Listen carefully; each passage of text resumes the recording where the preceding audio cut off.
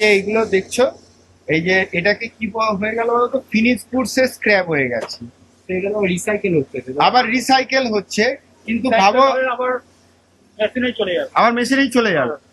কিন্তু এটা মালটা পাঠানো হয়েছিল কোনো একটা, মাল পার্টি বাই গেলো, পার্টি বাই থেকে রিজেকশন। তার মানে যখন পাঠিয়েছিল তখন ট্রান্সপোর্টেশন কস্ট লেগেছিল, সেইটুকুই খরচা তো হয়েছে, বিয়ার করতে হয়েছে। মাল যে কাটা ঘোটা আছে হ্যাঁ, সব রিজেকশন, এই মাল আর এই দ্বিতীয়বার চলবে না। দ্বিতীয়বার আছে, তাই জন্য এটাকে মলিকুল করে দেবে, হ্যাঁ। দানা দানা না, এ দানাও হবে না, এর দানাও হবে না। এটা পুরোটাই ড্যামেজ, পুরোটাই স্ক্র্যাপ হয়ে গেছে।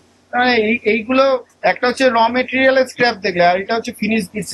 এটা হচ্ছে রিজেকশন হলে কাটিং হয়ে আবার মানে কাস্টমার রিজেকশন করেছি। হ্যাঁ, কাস্টমার রিজেকশন কালকে বলেছিলাম কি নোট, ক্রেডিট নোট না ডেবিট নোট, ক্রেডিট নোট পাঠাবে, সেলস থেকে বাদ হয়ে যাবে, সেলস রিটার্ন হয়েছে এইগুলো।